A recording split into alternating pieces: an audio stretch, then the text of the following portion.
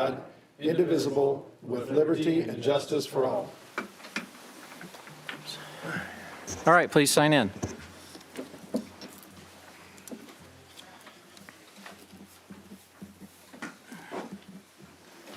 Five members present. Ryan, any changes to the agenda? There are no changes, Your Honor. Move approval of the agenda as distributed. Second. All right, please vote.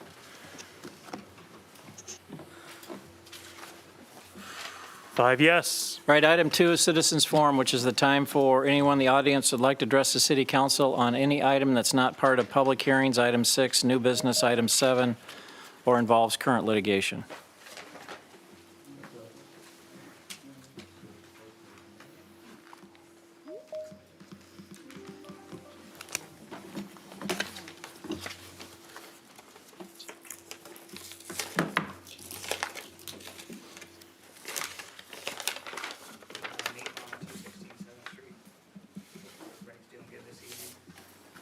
So I got a couple things for you. I heard there some talk about maybe extending this moratorium.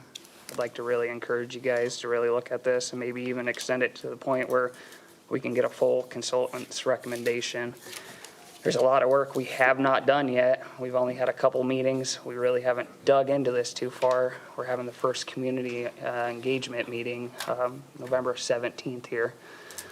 Other than that, we had a couple housekeeping meetings. We just haven't made much ground going forward. So I'd like to encourage you to really fully look at this. I know Russ is trying really hard at this. Yeah. So I encourage all of you to take a deep look at that. Another thing I'd like to talk about is, I know it's going to come up later in the meeting, but when we looked at 111 Fifth Street, the rumor has it that city staff encouraged the developer to bring a tear down option to that. That's kind of alarming to me, and I don't quite understand why that was ever brought there. We got a moratorium into place. If you go back to the tapes, I went through and reviewed them all today. It's very clear that there would be absolutely no tear downs during this period. With reviewing that, there's talk the exception would be if a good proposal came forward as a remodel that would benefit the area, we would look at it, but it was pretty clear that no tear downs would happen. So I'm just a little confused why city staff would ever, if that's true, why would that ever go forward? I don't know if any of you can. I guess we'll take it up when we get to the item, Okay. 7C. Yeah, I'd gladly talk about it there too. Okay. So. Yeah, I mean, if anybody wants to talk about that item or the moratorium, I'd ask you to wait until 7C because that's the agenda item. Okay. Yeah. Citizen hearing, so, Okay, all right. thank you. Anyone else for citizens forum? Okay, seeing no, we'll move on to council, city manager, and mayor reports. Matt? Nothing at this time, Your Honor. Okay, Kevin? Nothing this time, Your Honor. Russ? Yeah, we had an F&A meeting, and I'm going to bring up one item from that meeting. And that is, and I'm not going to get into the ins and outs of it, but essentially there was an executive order, as I think most Americans know, by the Biden administration to require vaccines for certain companies. And there are 3 different ways that people qualify. Either you have 100 or more employees, or you receive funds from CMS, which we have both of those. We have more than 100 employees. We also receive funds from CMS due to our Medicaid reimbursement for ambulance service. And the other way you can qualify and have to have a vaccine mandate is if you qualify as a as a federal contractor. Well, the city of West Des Moines qualifies under each one of these things. Which one of these we have to adhere to or abide by, we don't yet know. We're taking a look at that. We're doing some research on it. Each one of them have different requirements. One of them is more stringent than the other 2. One of them requires that vaccines are received by all the employees, no exceptions. The other 2, I believe, are either vaccines are mandated. If not, you can do weekly testing. The one thing that I will say, and I will say this, people asked us when we're in the height of the pandemic, and people were asking us to do a mask mandate citywide. We don't have that authority under law. We are going to follow the law and what we're able to do under the law. We all took an oath to uphold the Constitution of the state of Iowa and the Constitution of the United States, and we're going to do that. Right now, before us, we've got a law in effect. It's an executive order from the President of the United States, and we are going to abide by that. It's my understanding that we need to do that. And so here in the city, we are doing essentially what I would call an inventory to see how many people have been vaccinated already and how many might need to be tested if they take that option instead, depending on which one we qualify under. And we are continually getting guidance from the federal government on definitions as to what qualifies as a federal contractor and trying to get an understanding of under which one of these things we might have to abide by. So we are taking those initial steps, and we will see where this takes us once we get additional guidance. So.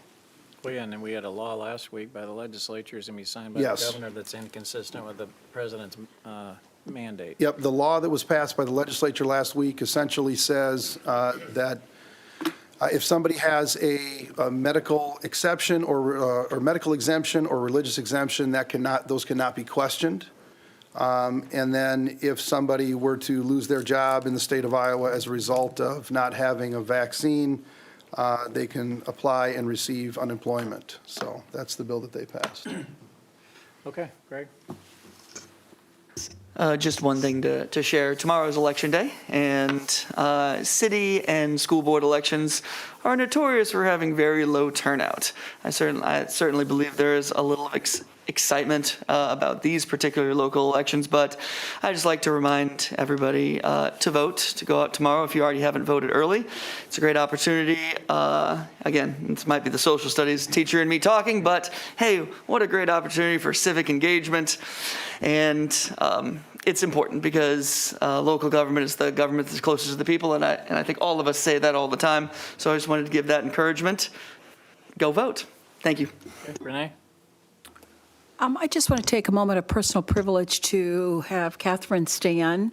I think she is deserving of a round of applause for what she has done for the Great Outdoors Foundation. I think she was named the MVP fundraiser of the year for raising money for what's going to be a wonderful quality of life initiative for the city of West Des Moines. So we all know it's not easy raising money, but I think she really put on the best of the best and raising money amongst a number of other people. So congratulations, Catherine. Okay, Tom? I was at the event. It was very nice. You did a great job. So it was a lot of fun. So, and Friday, just want to mention, give the Chris Scott and the police department held a multicultural advisory luncheon and had a great group there. And it's an opportunity to learn and hear from stories. And our own police officer told his story coming from Bosnia. It was very interesting and informative, and he's a very good person. I appreciate you doing that, Chief Scott. Thank you. Okay. And I just wanted to mention, we got a building permit report today from Rod that for the first 10 months of the year, we're over $1 billion in building permits. That is a staggering amount of new economic development in a town of 68,000 people, especially in light of the pandemic that we're all going through. So it's a huge compliment that our city, that so many people and businesses want to continue to invest here. Item 4, consent agenda. Are there any items that any council member wants to pull? F. Okay. I move the remainder. Second. All right, please vote. Okay. 5 yes. Okay, 4F is a motion to approve as to form of the construction staging lease agreement with the city. Kevin? I am not going to support this because I don't support the stuff that's coming up later on in the meeting either, so I'm not going to vote for it. Move Okay. approval. Second. All right, please vote. 4 yes, 1 no. Item 5, old business, 5A, Village at Sugar Creek, northeast corner of South 88th Street and Boonville Road, repeal the Midwest Technology Business Park Plan Unit Development and establish the Village at Sugar Creek PUD, regulating development of attached townhomes and apartments, commercial area and open space, DB Boonville LLC, This is an ordinance for the second, third reading, final adoption. There are no changes from the first reading. Move consideration of the second reading. Second. Questions or comments? All right, please vote.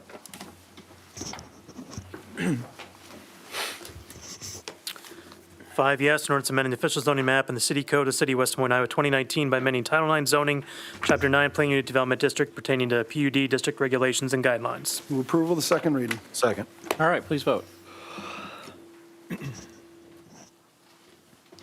5 yes.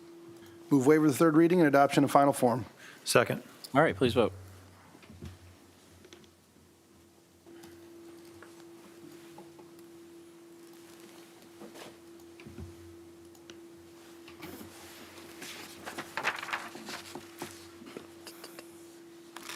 I think Renee, I think we need your vote still. 5 yes. Okay. Item 5B, 4125 West Town Parkway Urban Renewal Area, terminate the urban renewal area and repeal ordinance number 1990. City initiated. This is also an ordinance for the second, third reading, final adoption, and there are no changes. Move consideration of the second reading. Second. All right, please vote.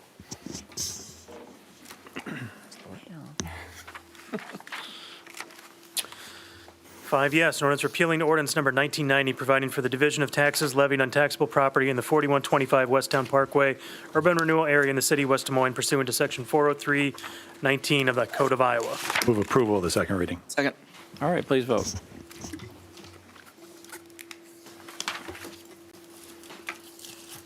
5 yes.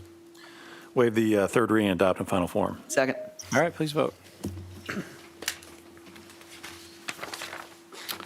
5 yes. 5C, amendment to City Code Title 6 Motor Vehicles and Traffic, Chapter 9 Traffic Schedule, Section 5, No Parking Zones, Delavan Drive, Grand Avenue to terminus of Delavan Drive, South Side, and 56th Street, EP True Parkway to 85 feet south of Highland Court on the east side. City initiated. This also is an ordinance for the second, third reading, final adoption. There are no changes from the first reading. Move for consideration of the second reading. Second. Questions or comments? Okay, please vote.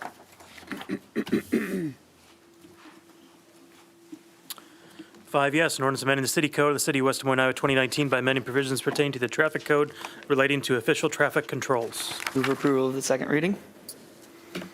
Second. All right, please vote. 5 yes. And move to waive the second reading and approve and adopt final form. Third reading, sorry. Second. All right, please vote.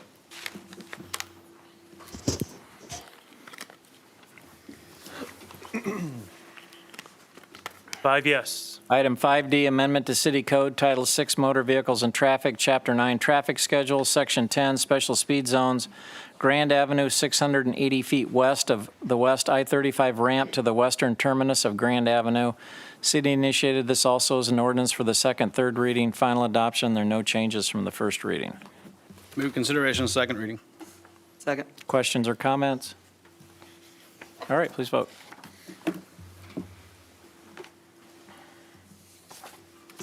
5 yes, an ordinance amending the city code of the city of West Des Moines, Iowa, 2019 by amending provisions pertaining to the traffic code relating to official traffic controls. Move approval of second reading. Second. All right, please vote.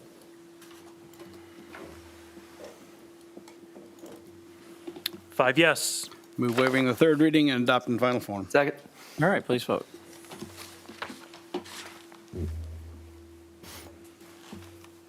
5 yes. Item 5E, amendment to City Code, Title 7, Public Ways and Property, Chapter 1, Streets, Sidewalks, and Alleys, Section 1, Use of Public Ways Restricted.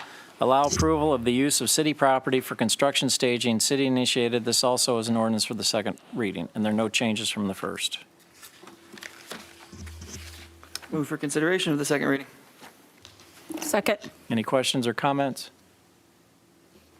All right, please vote.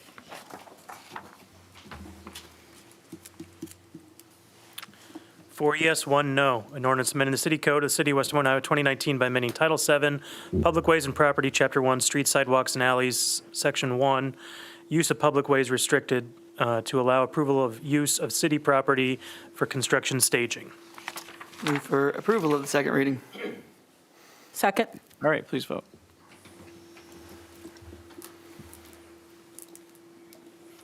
4 yes, 1 no. All right, item 5F is Railroad Park Restroom, city initiated. The resolution is to award the contract. We had this before us 2 weeks ago, and obviously the bids came in significantly higher than the budget and what we thought the costs were going to be. The staff's looked into it. They're recommending that 2 of the 3 alternates be accepted. The third alternate would reduce the cost of this contract by $14,540. In visiting with the contractor, the significant financial increases are the labor shortage, increased labor costs, increase of cost of materials, including steel, concrete, and HVAC. Everyone's seeing that in the marketplace. I think the thought is, in the near term, nobody believes that that's going to change. I think we all feel like we really need this facility down here, so I think that's why the recommendation is to award the contract to construct the Railroad Park restrooms. So I need a motion, a second, and then we can see if people have comments or questions. I will reluctantly move it, given the cost that we've got here. I think this is something that's needed, but it's, I don't love that the cost has gotten to this point. Second. Okay. Additional questions or comments? I do have a question. Given the discussion on moratorium, does this area fall within the moratorium, or is this project outside of that? It went through the committee. Yeah. Yep. Okay, And I so would- this went through the committee, even though a moratorium, and so we're Yes. okay. So just want to make sure that I understand that. Right. Yep. And when is this looking to be completed by? I think the point of moving it forward right now is to make sure that we can have it started this next construction season so that we can have bathrooms down there as quickly as, Yeah, I'm Actually gonna start wondering if immediately. if the time has passed for this coming construction. I assume not, but Sally Ortiz, Director of Parks and Recreation. Yeah, the contractor is prepared to start immediately following the award of contract tonight. They would get things like the underground utilities, hopefully some of the footing work done, so that they could potentially even be doing some work all winter long. And then the deadline is still the end of May for substantial completion, hoping that it would be mostly complete by the 1st of May, when Music in the Junction would be scheduled to start. perfect. Thank you, Sally. Okay. All right, please vote.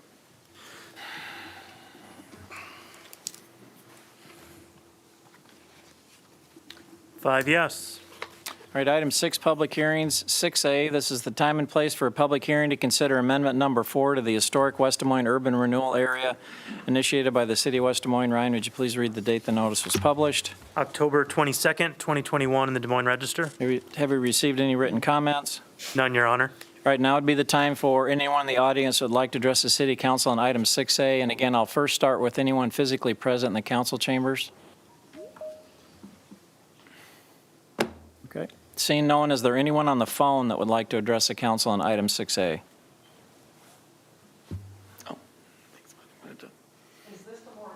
No. Okay, hearing no one, I'll declare the public hearing closed. This is a resolution to approve the urban renewal plan amendment, and there are no outstanding issues. move approval. Second. Questions or comments? All right, please vote.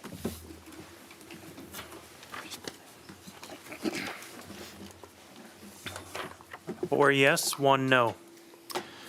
Item 6B, amendment number 5 to the Ashworth Corridor Urban Renewal Area City, this is the time and place for a public hearing to consider amendment number 5 to the Ashworth Corridor Urban Renewal Area initiated by the city of West Des Moines. Ryan, would you please read the date the notice was published? October 22nd, 2021, in the Des Moines Register. Have you received any written comments? None, Your Honor. All right, now would be the time for anyone physically present in the council chambers that wants to address the council on item 6B. Okay, seeing no one, is there anyone on the phone that would like to address the council on item 6B? Okay, hearing no one, I'll declare the public hearing closed. It's a resolution to approve the urban renewal plan. There are no outstanding issues. Move approval. Second. Questions or comments? All right, please vote.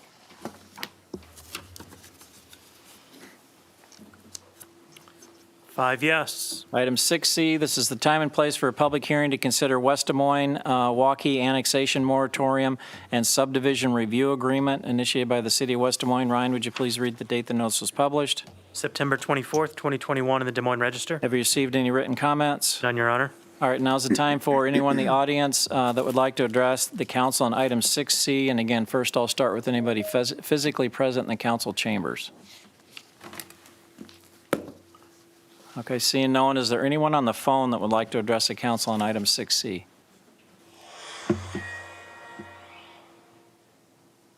Okay, hearing no one, I'll declare the public hearing closed. It's a resolution to approve the agreement with the city of Waukee, and the city of Waukee has already approved it at their November 1st council meeting.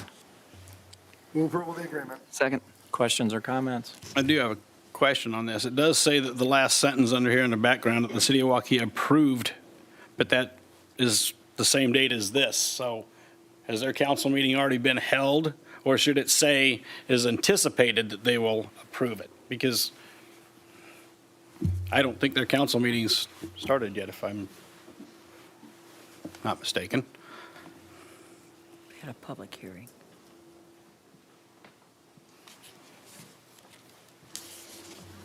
Clyde Evans, Community and Economic Development Director. They are approving it the same night as us.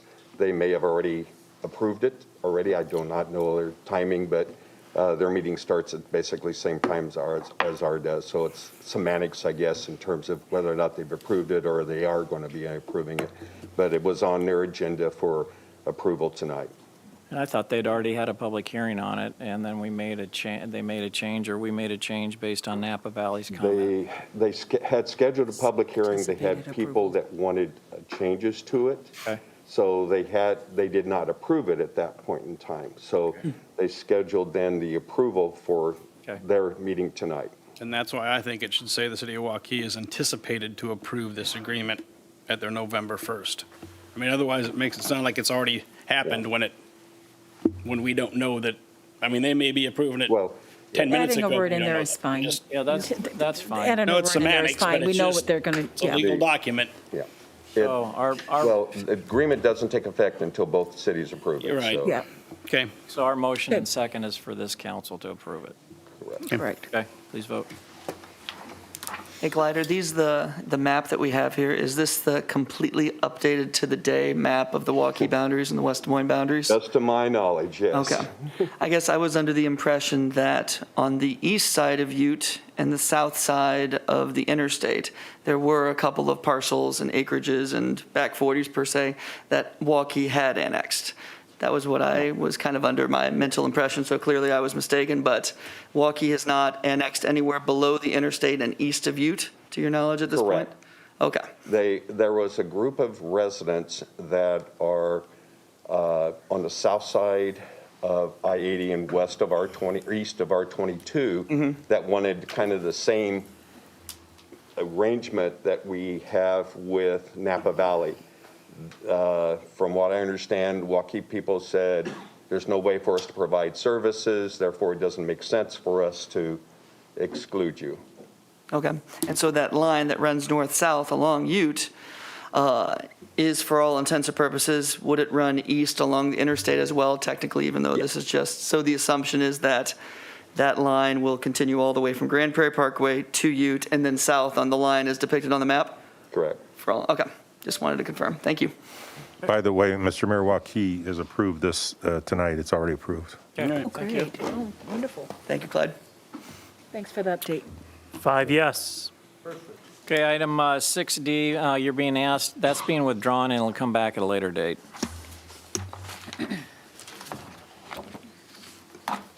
You just move to withdraw it? Yeah, we just did acceptance of the withdrawal Second. request. All right, please vote. 5 yes. All right, item 7 is new business, so item 7A, 21 WDM 950 Jordan Creek Parkway, approval of site plan to allow construction of a mixed-use project at the southwest corner of Jordan Creek Parkway and Ashworth Road, Jordan Creek Associates LLC. It's a resolution to approve the site plan, and I believe all the issues have been worked out. And that was actually subject to our item on 6B that we already passed. Move approval of the site plan. Second. All right, any other questions or comments? Yeah, it's obviously, when you look through, it's going to be a beautiful piece of property on the side, on the southwest side. So when anybody's going to Jordan Creek, they'll be able to see this. I'm supportive of the project, but just with the understanding that 76th Street won't be open until construction on this is complete. I think that's been confirmed before, and is that still the name of the game, Brian? All right, thank you so much, appreciate it. All right, please vote. For the purpose of not having construction traffic going through the neighborhood. 5 yes. All right, 7B, I need to abstain because Scooter's Coffee, actually, that's going to be located in the parking lot of Three Fountains, Shops of Three Fountains, where the Chick-fil-A is and the Border Bookstore, which is owned by R&R. So Matt, I'll need to abstain. Have you run this if you would, please? You got it. Item 7B, Scooters Coffee, 4520 University Avenue, approved major modification of the site plan to allow construction of a Scooters Coffee kiosk, shops at Three Fountain. This is a resolution for approval of a major modification of the site plan. Move approval. Second.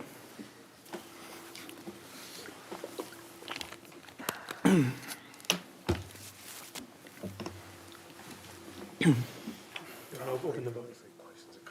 Oh. No, we can just vote. All right.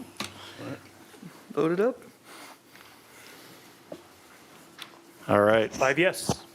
Okay, item 7C is the redevelopment of 111 Fifth Street, Scott Cutler and Tim Ritma. The resolution before the council that I want to deal with first, and then we can talk about extending the moratorium. But I first want to take comments on the resolution to authorize filing of the development application. So I don't know, Scott or Tim, if there's anything you want to, I know this has gone through the committee, and I think the vote was 12-1 or 13-0 or something.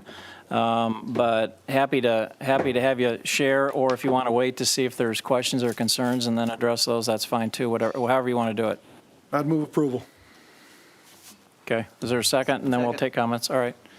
So I don't know, Tim or Scott, do you guys want to come up and present anything, or you want to wait and see if we've got any opposition and then address those items all at the same time? Okay, all right. So now we'll open up public comment on item 7C. And again, I first want to deal with this development application. We can talk about the moratorium because it's not listed as an agenda item, but I know we all need to talk about it, but let's deal with that after the resolution. Nate Hahn, 216 South Street. Okay, so I got two issues with this. When these plans come before the committee, option 2 never stated it was a tear down issue. So they come together or come forward at the meeting and it was addressed that it was going to be a tear down. So nowhere before that we had any information. So you're kind of walking in blindfolded to that one. And I've talked to multiple city council members about this. And I asked, why would you not put that information out there as a representative of a neighborhood association and all residents down there? My job's to get the information out. So as you're trying to get this information out, isn't that kind of withholding information? So that's the first concern. And then I already brought it up to begin with. Why would city staff encourage a developer to bring a tear down option during this time? So who'd you hear that from, Nate? I've heard it through a couple different people. Did you hear it from anybody at the city? Heard it through city council, yes. City council, so more than one person up here? Heard it from one individual that it comes straight from the developer. Your Honor, Russ Trimble told me that Tim Ritma told him that Clyde Evans was the one that said, bring the tear down option. So isn't To the that a table. conflict of interest? You got a guy running our meetings and he's doing backdoor deals? I'm not sure it's No. backdoor deals. Nate, why don't you stick with the facts? You were on the committee, right? And it was a 12-1 vote Hold up. in favor of this? Is that right? Can we take a pause? Why was this ever brought, this is what I tried to bring up to committee. Why was this ever brought forward? Well, Why? What I recall was we were willing to do the moratorium as long as projects could come through the committee. We didn't limit what projects. We said as long as they're in the moratorium area, they can come through the committee to see if the committee's supportive of them so that they can continue. I don't remember ever saying you can't bring a project that's going to be a tear down come through. It was I got any it. project in there. So You that go- obviously came to the committee, and there was a 12-1 vote in favor of it. You go back to the April 4th meeting, about an hour, 55 minutes in, you said it yourself. that there would be absolutely no tear downs during this time frame. You Unless, said it. unless they came through the committee with the committee's No, support, that's then not we how shouldn't that have a was stated. moratorium, Nate. We weren't going to stop development. This not how that was came through F&A, and I think the restroom project came through development and planning. And when it came through F&A, what I had said was, I was willing to have it go through this committee, because it didn't have a tear down option involved, okay? And that's what I was told by the developers, that there was no tear down, this was going to be a rehab, okay? So we moved it forward to the committee for consideration, and we did the same thing with the restroom project that came here through council, and then we moved it at that point in time. I received a call afterwards by the developer that informed me that the project actually came through 12-1 with you being the only dissenting vote, and that the committee actually preferred, that they were planning on doing the rehab and had no intentions of doing any tear down, but that the committee decided they liked the tear down option the best and voted 12-1 for the tear down option. To which then I said, what tear down option are you talking about? I wasn't aware there was a tear down option. And I was told that staff said you ought to prepare another option to develop, to bring that towards the committee and have them take a look at it that involved a tear down. So that was something that I wasn't aware of when I agreed to move it forward to the committee for consideration. It was something that came out afterwards, but we agreed overall to the process to move these two projects to the committee. They were moved through the committee. The committee had information, I think, a week out that involved this, I believe. But nothing about the tear down option, though.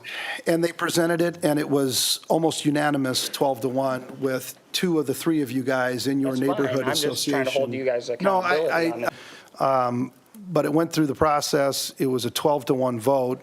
And when we sent that through the committee, if that thing had gone down, it would have sat until the end of the moratorium. That's not something, in my opinion, that the council would have brought up and said, hey, this got voted down, but they're only advisory. We gave you guys a whole lot of power in bringing these We're just an projects. advisory committee, though. We have no power. So at the end of the We- day, you guys still vote.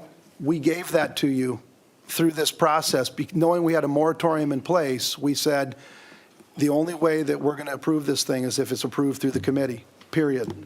The committee shoots that down, it's done. Done until that moratorium expires, because we got a moratorium in place, and we did not want to betray the trust that we had in you guys, or that you had in us. And so that's why we brought this through. But it went 12-1, and two out of the three of you guys, Ralph and Nan, voted for it. You I were get the only that, one but that I'm just voted trying to hold against you it. guys accountable to well- your actions and the words you say, because I just went through almost 3 hours of film and listened to everything that was said during those 3 meetings when we talked about this. That's what's surprising to me. So you guys are backpedaling. Oh, we said this, we said that. I encourage you to go back and listen to the film on what you guys said. Okay, well, the merits of it, Nate, is it's coming through with an approval. That's the merits of the process. But why would we ever push that through, though, during this? Because we haven't even, part of this was we even talked about we need to see if other buildings fit into this no tear down zone. And we haven't done that as a committee, and that's what's alarming to me. Because we said, Councilman Trevelyan even said it, we need to go back through and relook at these buildings and see what needs to be, listed as historical. That was part of this process. And now we're pushing this through again. No. And we haven't done anything. That's what I tried to explain to you guys. We have not done anything in this committee. That's not a lack of us residents or business people wanting to do stuff. We haven't even had a meeting this month, and we're not going to, or October. We skipped a whole month. So we got a lot of flaws here we need to address. And if we're going to be pushing these up through there, we're not doing our job as this committee. Okay, Nate, I'm going to say it one more time. We agreed to a moratorium because we also agreed that any project in the moratorium area that wanted to come through, we would submit it to the committee. Otherwise, we wouldn't have put the moratorium in place. And obviously, 12 of the 13 people thought that this tear down rebuild was a great project. That's why they're supporting it. That's fine. Okay, I'm more interested in substance than form, and you're into the form over the substance. We want quality projects in Valley Junction, and we don't want to hold them up. We set up a process to be fair to everybody in the process to get input. And I agree with Russ. If this would have gotten voted down at the committee, it would not get back up again until the moratorium is over. Okay. Nate, are you concerned about future projects? Are you actually more concerned about future things down the road, Well, not being? You start a domino effect here. There's no stopping it, because the issue is, I think we gave good feedback, and these gentlemen took it to heart, and I think they truly did. But we have no design standards at this point. We got no regulations. We have done nothing as a committee. So this could just start a domino effect, and we've done nothing. Anybody that sat in that same group, we know we've done nothing, and we've made no ground forward. And that's what I'm trying to explain to you guys is we just haven't moved forward, you know, because yes, full-heartedly good gentlemen, and they're going to take our, you know, advice and they're going to move forward with it, and I appreciate that. But if you got a developer that's like, I don't want to do that. There's no Nate, other my projects in question the queue. is I want to understand, why did 12 other people vote yes for it? I'm trying to understand, who forced them to say, let's go with this option? Nobody has. Because it's best. I even heard from someone in the meeting, and I'm not trying to argue with you, Nate. I was there at the meeting and present and listened to the presentations for the first time myself, and there were people talking, there were people in for it, there were all kind of comments that no one held their hands. They could have said no. Why did they say no? I even listened to Ralph is a developer who thought the tear down was the better option than keeping that shell. That meant a lot to me hearing that because I'm not a developer.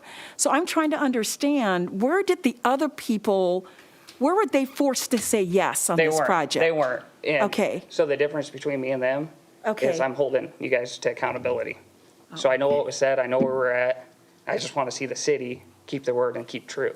And if we're not doing that, what are we as a city? So, I mean, really, I mean, Nate, we could just keep pushing these projects through and we're going to make no progress and we're back to square one, Well, it'd be gentlemen. helpful if the committee would actually start getting some guidelines together. I 100% agree. I even went to the city staff and asked if we could expedite some meetings. Can we have 2 or 3 meetings between now and that and see if we could hash out some details and get some guidelines? I tried. Mayor, I tried, We're doing but the I same got thing. shot Same down. boat there. We're doing the So- same thing. we certainly need to have these guidelines. No question about it. That's why we've got this moratorium in place, is for the purpose of providing everybody some understanding. And back when this original moratorium was put in place, I think I talked to most of my colleagues up here. I had heartburn about doing that. Because we had a lot of interest in doing things. In fact, this morning at Development and Planning, we had Coopers come in saying that they wanted to add an outside patio, which would require a building permit, which would trigger the application of the moratorium. A lot of good things happening. And so at the time we did the moratorium, for me, it was really important to have what I think I referred to during that meeting, or multiple of those meetings, is a relief valve. Something that if the right project comes along and there's support for the project, that we ought to find a way to do something for the benefit of our community, for the benefit of Valley Junction. And so my understanding is that when we approved that moratorium, what is written in the moratorium itself is that any proposal that's found to be of significant benefit to Valley Junction and the city, the council has the ability to approve it. And so what is important to me through this process is that we put in place not just a relief valve, but another set of guiding principles, and that, namely, yourself and the other folks on the steering committee, to provide additional scrutiny and analysis as to what is being proposed. And that happened. And through the process, we heard that like the mayor said, 12-to-1 supportive of it. And when we talked, the subject of the conversation was really focused on the moratorium as opposed to the building itself. Yeah. And so, and I appreciate our dialogue on that, and it is helpful to me to know that really the only dissent at the meeting was in relation to the moratorium as opposed to the building itself. Knowing that, and then ultimately came before the Development and Planning Committee probably 2.5, 3 weeks ago. The applicant was there. They brought in actually brick samples that we could see at the meeting, and nobody showed up at that meeting to oppose it. We got a rundown of the meeting, the steering committee meeting that you were a part of, about what happened. And so, we built in the relief valve. We put in some additional protection, some additional scrutiny, and here we are. And I think we are following what we said we were going to do. And I also hear what you're saying in terms of additional work needs to be done. And I'm with you there. I think, part of what we'll talk about later is the moratorium. But, we had a moratorium with a deadline November 1st, and here we are contemplating continuing it. And I think what you do with deadlines is you trigger activity, you trigger conversation, which is exactly what's happening right now. So I'm very supportive of continuing it. We'll talk about that. I'm also supportive of this project for all the reasons that I've said. So I think we're interested in comments on the project itself Okay, right now. okay, thanks.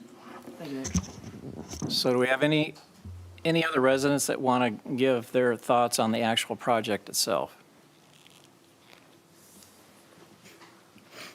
Good evening. Steve Freevert, Historic Valley Junction Foundation Executive Director. Our Board of Directors discussed this project, voted in favor of it. We think it will be a great addition in the next step of the evolution of our business district. Thank you. Thank you.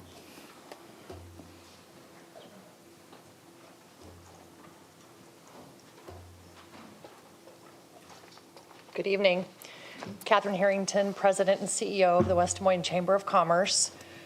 I am really excited to be on this commission and asked to be on this commission. Actually, I don't know a city that would ask residences and people to have input on buildings in an incredible, stunning historical district that we all feel passionate about. I think it shows that our city is incredibly flexible and wants to work with our citizens, our neighbors.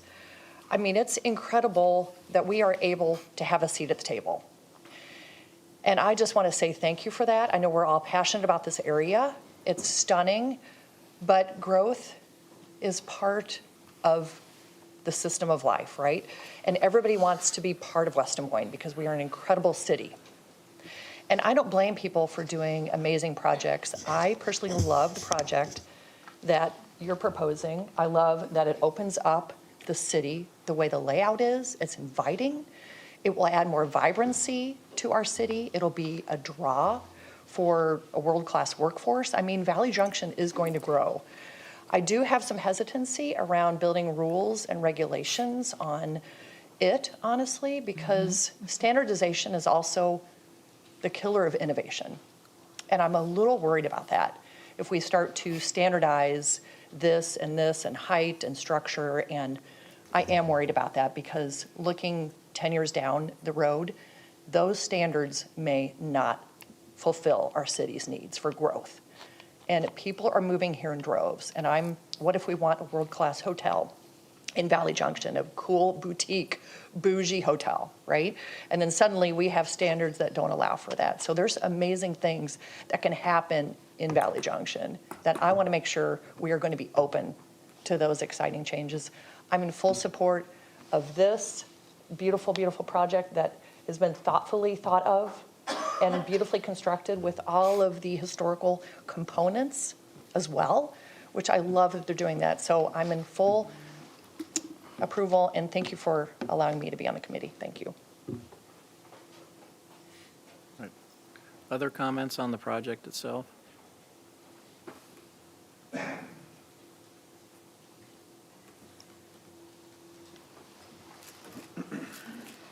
Gentlemen, Nick Woggy, 136 3rd Street, West Des Moines, down the hood.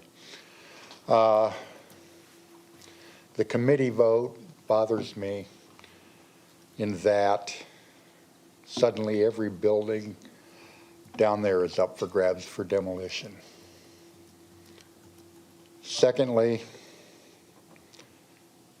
moratorium, Webster's Dictionary, a complete cessation is what it means. I don't think the bathroom project and this project should have gone forward to that committee until they had time to establish some basic rules and guidelines. It bothers me that it's a good building. I hate to see it go. It kind of fits that corner. And now, all of a sudden, everything's up for grabs now for demolition because it's going to be cheaper to demolish than it is to refurbish. So that's all I had to say. Thank you. Okay. Thank you. Anyone else?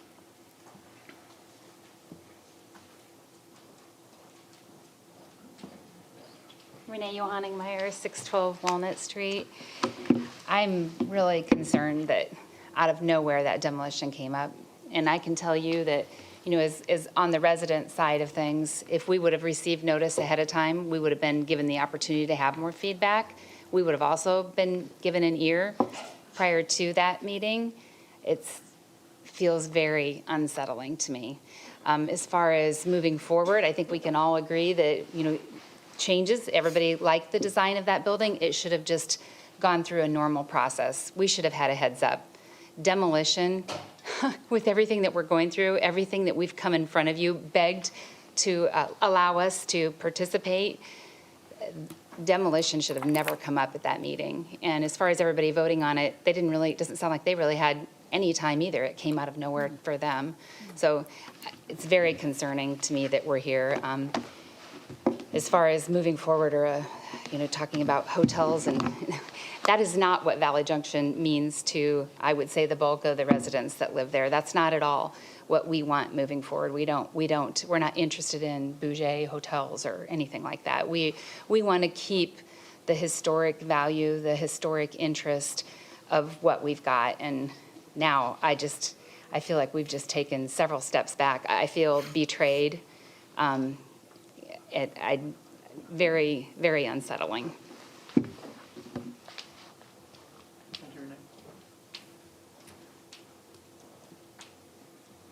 on the restrooms? What about the restrooms?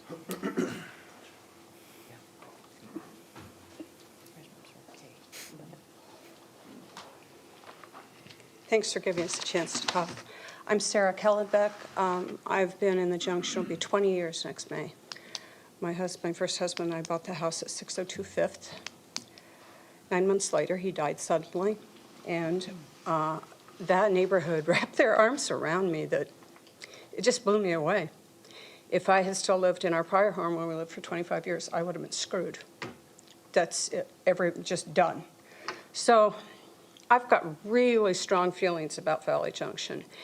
From the time I moved here in '72, it was one of my favorite places to come shop. And it still is. It's just a fun place, and it's different. I'm concerned with the efforts to make it something that really never was before, and I know that there's always going to be change. But the idea of a big, pardon my French, ass hotel in that area just turns me off completely. If you want to build something new and you don't think that our design standards will meet your criteria, go south of Railroad. There's other places to go that you're still close to the Junction. You don't have to be right in the Junction. The same goes for the apartment buildings. There's already a large apartment building south of Railroad.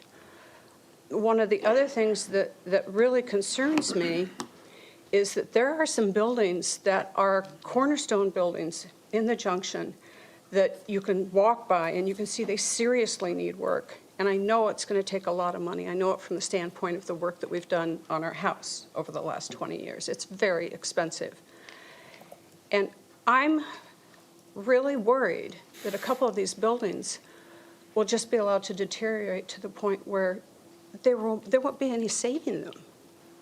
And I feel really strongly, I'd a lot rather have us worried and working on ways to get money, grants, whatever, to help some of the owners of these buildings to try to get them to realize that they need to save what they have instead of worrying about slapping something else new in. So I guess, Sarah, do you have specific comments on this project itself? I mean, everything I've heard you talk about, it didn't seem like anything was addressing this actual project tonight. I'm not thrilled about the idea of them doing the tear down. We sat at the meeting. We didn't really feel like we had an opportunity to, as non-committee members to really voice our opinions. I've gone to 2 of those meetings. And the first meeting, they're literally, I was the only outside person there, and I didn't expect them to say, oh my God, I'm glad you're here. What do you have to say? I didn't expect that at all. But it's not, so far at least, it's not terribly conducive to people adding their thoughts on things. I'm just so concerned about all the push for new that we're going to really overlook the old. And I think the old is what's really the heart of the area. Okay. So, thank you. Thank you. Anyone else on this specific project itself?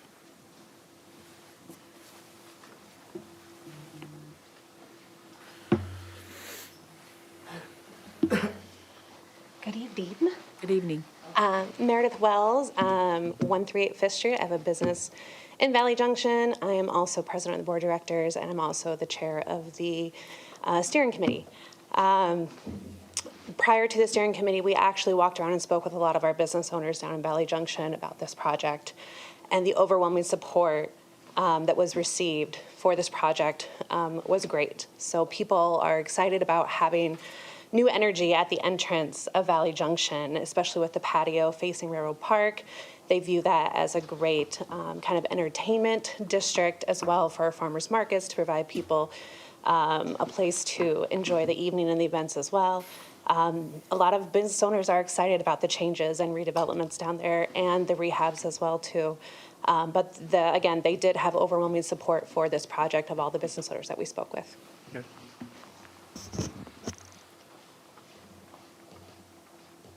All right. Anyone else on this specific project? Okay. Now, Scott or Tim, if you have anything you want to add? And remind me, Ryan, do we have a motion in a second? I've lost track. Yes, Okay. we do. Motion Okay. for approval. Anything else you guys want to add? Okay. So we have a motion and a second to approve the resolution to authorize the filing of a development application for this project. Please vote.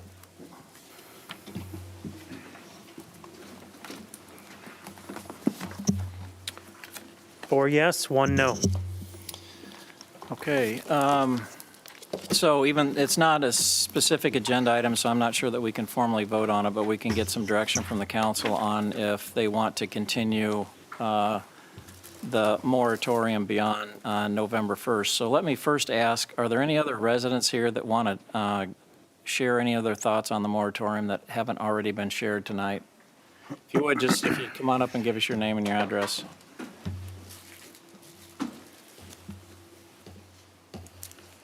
Nancy Earl, I live at 224 7th Street, and I own Nan's Nummies at 501 Elm Street.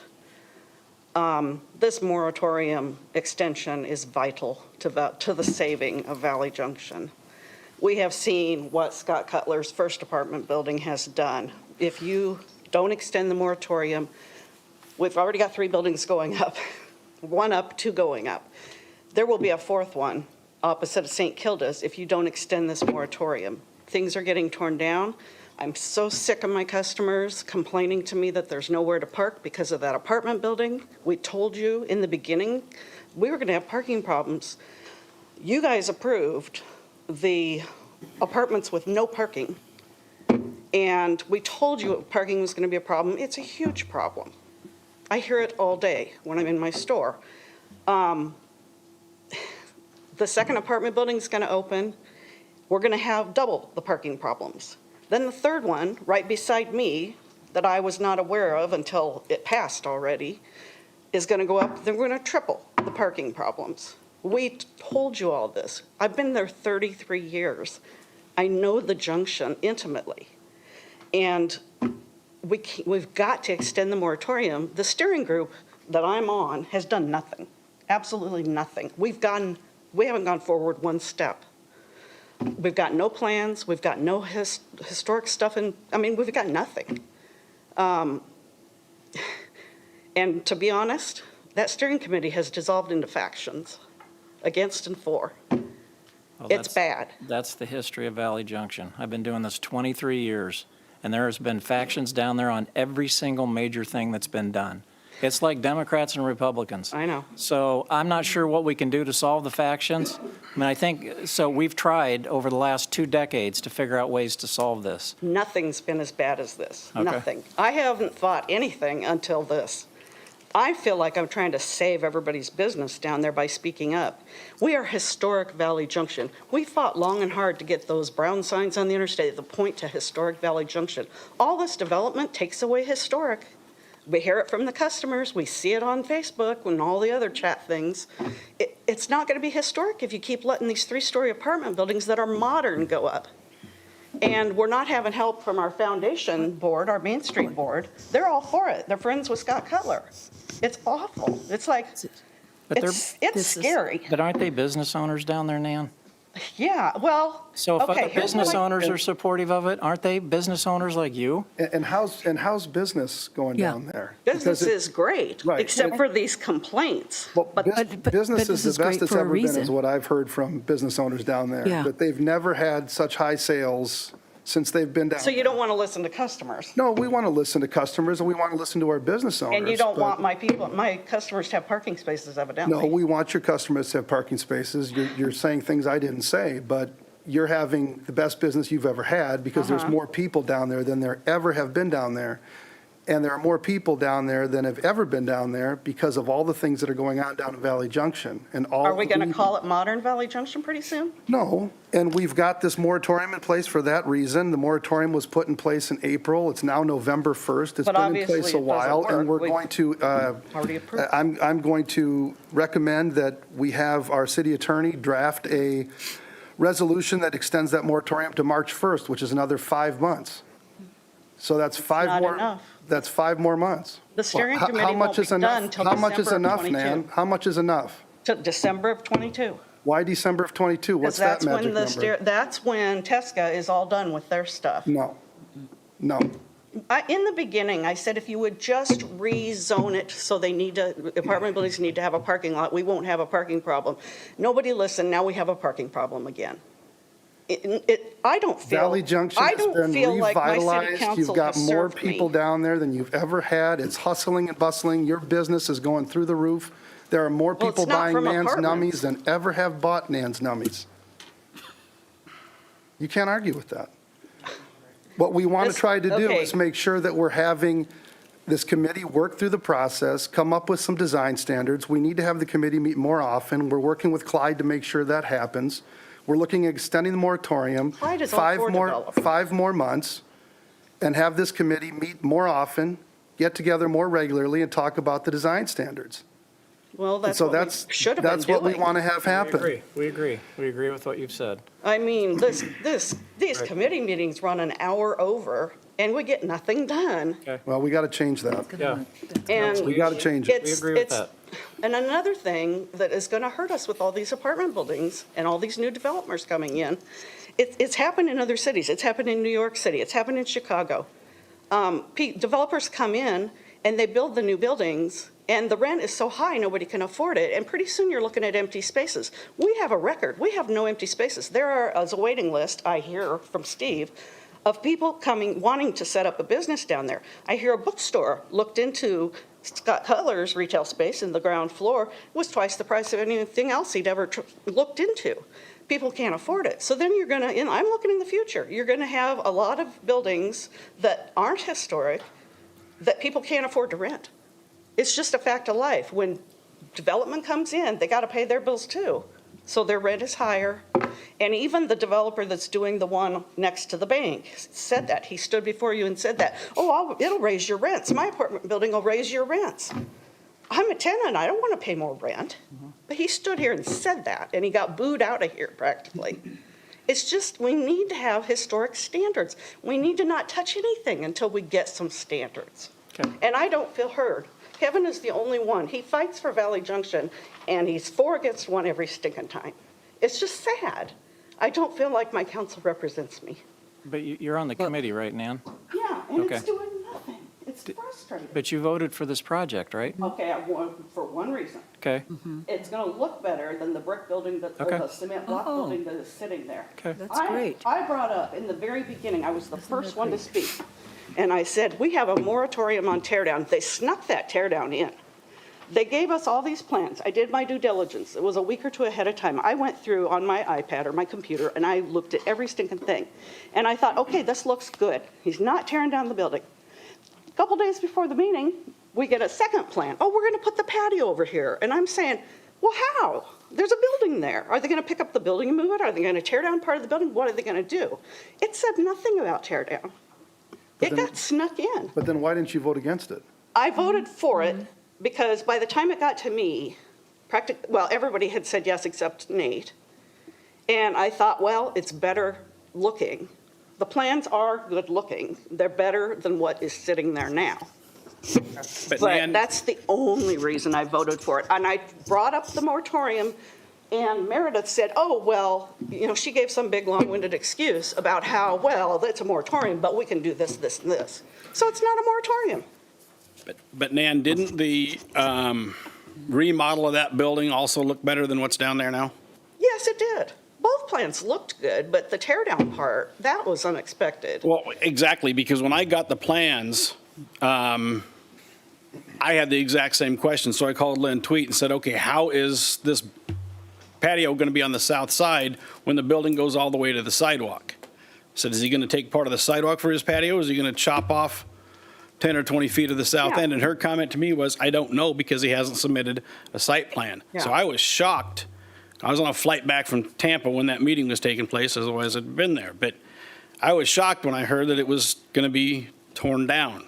And so, again, it's troubling, Tom and council, that what was told to me was Clyde Evans told the developers, bring this tear down plan before us. Why couldn't it have just been the remodel? It still would have looked better. Oh, something about the brick sticks out too far on the sidewalk. If Okay, they but have we've to put already thick approved the brick. project. So we're talking about the moratorium. We're not going to have another public I know. hearing on item I know. 7C. The project's already been approved. And the committee had a chance to shoot that part of the project down. They didn't need to choose that tear down. They didn't need to choose that. So I want to move on from the project because it's already been approved. So Okay. you would like the moratorium extended until December 1st of '22? Is I that what would. Eric? I Okay. would. All right, I let's hear mean- other comments. Yep. Okay. Help us out And here. we all agree Help us that- existing businesses that feel like our future's going to modern. But doesn't the your foundation business- speak for the businesses down there? Yeah, they're telling, oh, Steve Freevert told me, oh, we need more of these apartment buildings. And aren't you doing better in business than you have ever You done? keep bringing that up. But Yes, isn't I that- am, but in 10 years, am I still going to be there when I Russ- can't afford the rent? Russ, to your point, though, Scott, your new building next to St. Kilda's has, I believe it's 12 apartments. Is that correct? Or 14? 16. Okay? So let's just say that every apartment has 2 people in it, Russ. That's 32 people. That will if shop her- at Nan's Nummies. I Yep. I agree, but you keep talking about that her business is doing, and the other businesses are doing better than ever before. It's not because there's 32 more people shopping there, and I find it hard to believe that there can be that many shopping there. So to say that apartment building You find is, it hard to believe that people are shopping in Valley Junction. I'm not saying that, Russ. What I'm saying is, I find it hard to believe that you're trying to relate the increased traffic to that apartment building. Valley Junction has been doing I'm well for talking about multiple the increased years, traffic, not, Kevin, as a result I'm of the talking, economic Russ. Development, I hear you, Kevin. Okay, The then economic don't interrupt development me. Projects that we've done down there that have resulted in a 7-to-1 return on investment or private investment down there, and more businesses, more restaurants than ever before. So The let's fo- restaurants let's and fo- the shopping are what bring people to Valley Junction and make it successful, not That's right. apartments. All right, well, we can interview the people and find out if they're shopping. I don't know why they'd want to live there if they didn't want to shop there. But we're talking about the moratorium. I want to limit these comments to the extension of the moratorium. So if anybody can't limit their comments to that, they need to save them for another day. Well, I talked about. No, that. I got it, and we got you down for December 1st of '22 as your preference. That's my Thank you. preference. Okay. Other comments on the moratorium extension?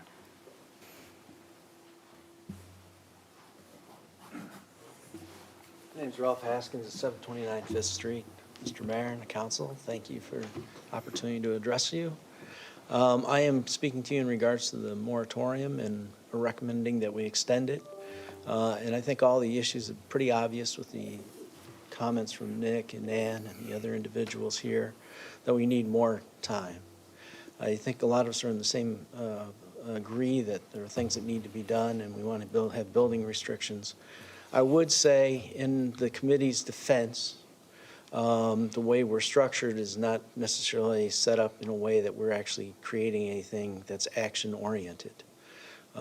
We're reviewing things in typical meeting format, and we don't really address anything.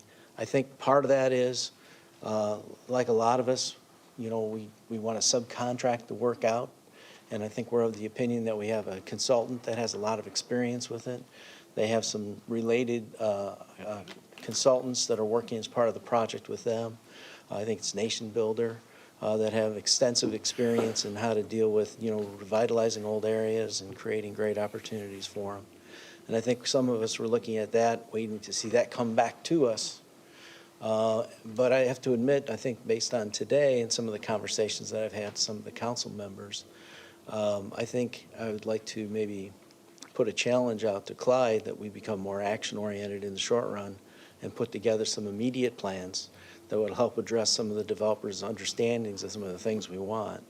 That could be certain things, basic like we don't want 3 stories. We don't want to have steel like on the siding of buildings. We want to start looking at parking opportunities for people because there is some parking issues on the weekends there. I mean, I go down there quite a bit and see it. And, you know, we can start doing that, I think, as a committee if that's the direction we're going to get. We haven't had that direction to date. You know, we just sit back and watch because we're subcontracting it out. And again, I spoke here, and, you know, I'm an advocate of this consultant. I think they do a great job. I think they've been presenting it well. I don't think necessarily that it's worked as quickly as we'd like to see, the members. It's kind of dragged on, and I think some of that might be, you know, just the way it's put together. I can easily blame the city for that because they've been kind of dealing it, but maybe they didn't really understand either that we had some more immediacy. And it sounds like the council has some more immediacy to get some things done. I don't think we can have a final plan until we get the consultant's report. If we need to have a moratorium, I don't know if a particular date, from my perspective, based on our conversations today, it's necessarily going to be set in sand. It's going to be moved around to acquiesce into what's best for Valley Junction, and that's what I would support. So I appreciate those considerations, and if you take those thoughts, and with the idea that maybe the committee meets more often, and we start doing some incremental things to give some guidance that would help contribute to developers making the right decisions and doing the right thing so they understand what they're investing in. Thank you. Okay. Thank you, Ralph. Thank you. Nick Woggy again, 136 3rd Street. I'm in favor of extending the moratorium, especially until the committee has a chance to act on TSCA's recommendations. You can put down March 1st or May 1st, whatever you had it. I think more realistic would probably be August 1st and give the committee a chance to work. I've been to the meeting. I've been to 2 of the meetings. Both were taken up, one by the bathroom, secondly by Cutler's Development. So they've lost 2 months worth of meetings right there in those 2 meetings. Secondly, I think I'd like to see out of this committee, I'd like to see Nate and I'd like to see Meredith take a more active role in the chairmanship that they both share. I really think they should be driving the agenda, not Clyde. Clyde and Brad should be there to answer questions, not set an agenda, not drive the direction of the meeting. Should be Nate, should be Meredith. And you want to get rid of the divisiveness, you two need to work together and talk more. You need to set that agenda. Get out there and say, hey, this week we're talking what buildings are historic, or we're going to talk what demolition is, which buildings we can demolish. That's how you're going to break the divisiveness, not just going in there and having an agenda. But the head of the committee, get them active. Thank you. Thank you.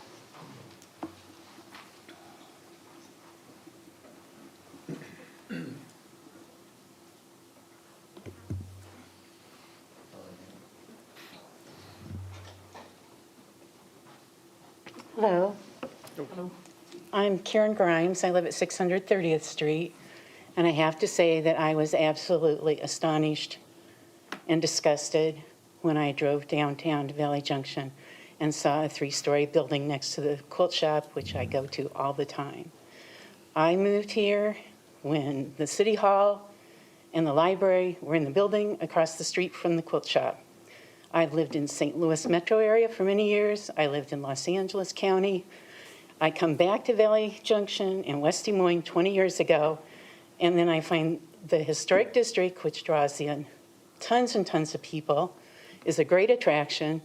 All of a sudden, you're putting up a rust building next to a historic shop that I've gone to for some 20-some years. I can't believe it. And I don't feel like I'm speaking in favor of the moratorium because I think you need to really consider how many stories you should build down there. I think you should consider the appearance of those buildings so that you keep the historic ambience that's there and that attracts people. It's not 32 people moving into a building that feeds that downtown business district. I think you should consider whether or not residential should even be on that street. I think residential should be in a residential area, not in a business district.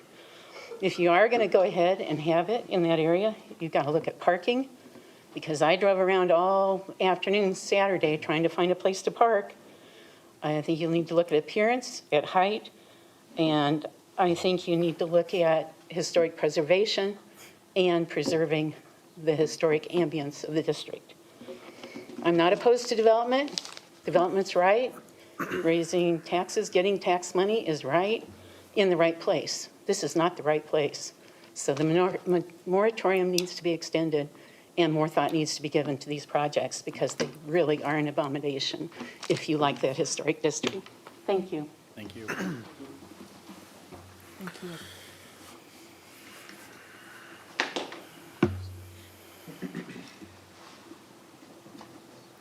Reintroduce myself? or- Sure. Okay. Steve Freevert, Executive Director of the Historic Valley Junction Foundation. Change is scary, right? A lot of people don't like change. And a few weeks ago, I led a walking tour of the historic district, the National Register Historic District in Valley Junction. We talked about how it's changed since 1893 through the present day. Yeah, I've heard a lot of conversation here. I'm directly affected because this isn't only my job, it's my neighborhood. I live at 409.5 Maple Street. I'm without a car tonight. My car blew up over the weekend. And guess what? I'm not too worried about it because I can walk everywhere. I walked to Fairway on Saturday. It was a long walk, but I walked it. I have some meetings here. I got a ride here tonight. Thank you, Meredith. And we have an embarrassing amount of parking in that district. If you were to look at a map, more of that district is taken up with surface parking that contributes very little to the city's coffers than is covered with actual buildings that pay property taxes. Was it busy on Saturday? Yep. Did you maybe have to look a little extra harder, go down 4th Street or 6th Street to find a parking spot? Yep. But I walked around all day Saturday, beautiful day, a lot of people. Those parking lots were about 40% full at best. There's tons of parking. We need apartments. I had a hard time finding an apartment. I wanted to live close to where I work. I don't want to have to drive. And I got really lucky, found a place I can, when my car is actually running, it's parked right out my window. I can look over there, I can see it. I don't have to walk 30 seconds to get to work. We have some apartments downtown. We don't have enough, nowhere near enough apartments for the number of calls I get. We have, as people have mentioned, there are upper floors that are sitting vacant and buildings that are deteriorating. When your upper floor is vacant, it's not paying to maintain the entire building. You're relying on a first floor retail tenant or commercial tenant to pay to maintain an entire building. If you can fill that upper floor, probably with residential, because it's busy. People like me like to shop down there. We like to eat down there. It's absolutely contributing to the economic vitality of the district. It's changed. It's no longer a railroad town. It's no longer a place with a lot of bars. It's no longer a place with a ton of antique shops. It's going to continue evolving. And I think you as council and the Master Plan Steering Committee working with city staff and working with consultants are going to shape what happens there in the future. But I think what's happening down there is a success. No historic National Register buildings have been touched or torn down. I'm absolutely a building hugger and a preservationist at heart. I don't want to see one National Register building torn down. I want to see them restored. At the same time, I recognize there are buildings down there that don't have historic significance. They're old. I'm old. That doesn't mean I'm historic. I'm just old. So, people love me. People love old buildings. That's okay. But I think we just need to recognize that whatever the council puts in place that's going to put limits on the growth down there is going to have a ripple effect. I'm not so concerned about new buildings going up to replace the old buildings as I am about the, as has been mentioned, the ones that are in crumbling, the ones that need help. I have businesses looking, like Nam mentioned, they're looking for commercial space. We have space that's underused that needs to be used. That's where we need to be looking to grow, because the size of that district's not going to grow. It's 5 blocks long, it's 2 blocks wide, it's 10 blocks. We need to make the best use of the assets we have as property owners and as the city, and do the best by this district that we can. I'm not sure a moratorium is the way to do it, but I do at least respect the fact that if there's been an exception to that moratorium, that there is a process built into place. I think that's worked well in the processes that we've seen so far. And I'll leave it at that. Thank you. Meredith Wells, Board President, Historic Valley Junction. And just to piggyback off of Steve there, is we have had businesses that have wanted to do facade and building improvements for the last year and a half now. They wanted to do it when they moved in 2020, but because of the pandemic, they did not do so. They wanted to do it this year, but because of the moratorium, they did not do so as well. So if this continues into next year, we need to find a way for them to be able to present their site plans or revisions, just as we have, because for business owners, the exterior of our building is an extension of our brand. And so we need to be able to update and fix up and improve those facades in order to be consistent and cohesive with our brand. Meredith, before you leave, part of this moratorium, though, was we did recognize the fact that there might be facade improvements that need to be made, and that's what this was all about.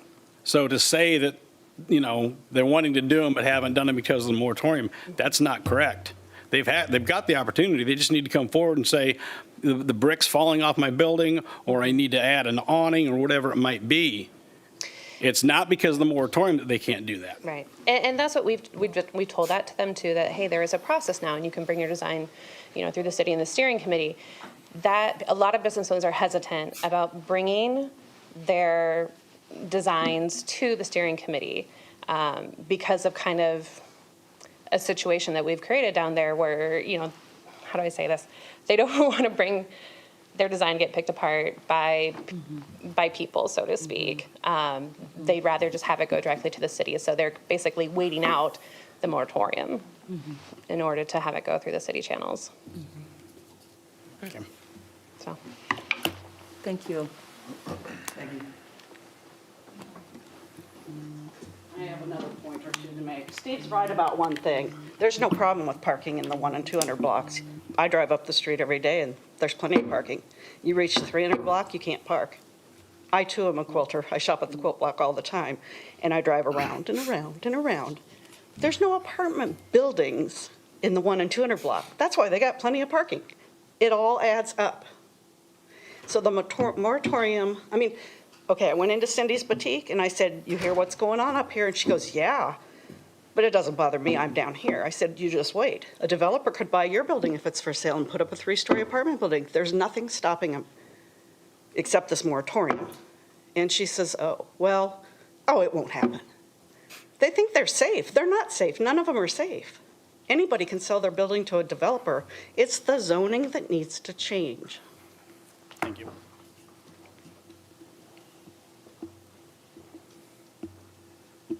All right. Any other comments on the moratorium? Hello. Yeah, just wait 1 second. Renee's going to come back up, and then we'll ask you. Renee Go ahead. Honingmeyer, 612 Walnut Street. We just went full circle when we talked about the upper housing, because that's how this entire thing started. That's what all the residences, business owners, we were all excited about, the growth and saving the historic buildings downtown. So that just goes back to the hurt of the failure that we went through. When we were supposed to have representation, we were going to be saving the upper stories. We wanted to see the growth. We didn't want these buildings to come crumbling down. So this isn't a new conversation of us still needing to do what we initially started to do. That is a huge failure for all of us. The moratorium, it's very important. I mean, we need to extend it. We need to have, I mean, I would be very curious of what these businesses are that they're referring to, that like evidently with the moratorium, there shouldn't have been any problem with them coming to bring their design. We're not trying to hold anyone down.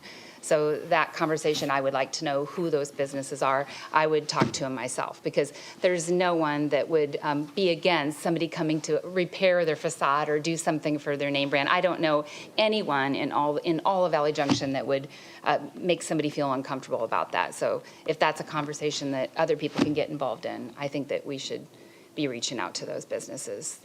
That just doesn't seem realistic to me. Thank you. All right, on the phone.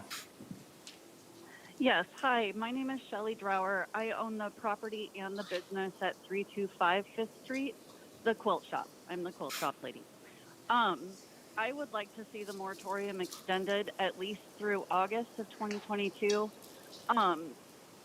Parking is a problem with those apartment buildings. Like I have said, I'm super for progress. I don't have any problem with buildings being built or anything like that, but retail and restaurant parking spaces have a constant turn to them. So people pull in, shop at me, go have coffee or lunch or dinner down at St. Hilda's, and then they leave and someone else can take their parking place. But when apartment people park their cars in those parking places, or it's office spaces, or it's construction crews, those cars sit there all day long. They never turn. And I have pictures and all kinds of documentation to back up the fact that that definitely is happening in front of my building. And yes, there is a public lot behind Coffee Cats, or over by Coffee Cats, but many of my customers are carrying 20 to 40 pound sewing machines in and out and back and forth, and asking a 65-year-old person to park a block away and carry a 50-pound sewing machine across the street is kind of asking a lot. And we do have a small parking lot, thank God, because my employees are parking in the public lots or parking behind the building, depending on what events we have going on. But I just think the parking really has to be addressed. And I'm very thankful to, I can't think of what his name is, who's building the big building south of me, right next to Hinge. But he proactively is addressing the parking for his building, even though he wasn't required to, and I appreciate his investment in that. Okay, thanks, Shelley. Anyone else on the phone? Is there anyone else on the phone that wants to share any comments with the council on the moratorium extension?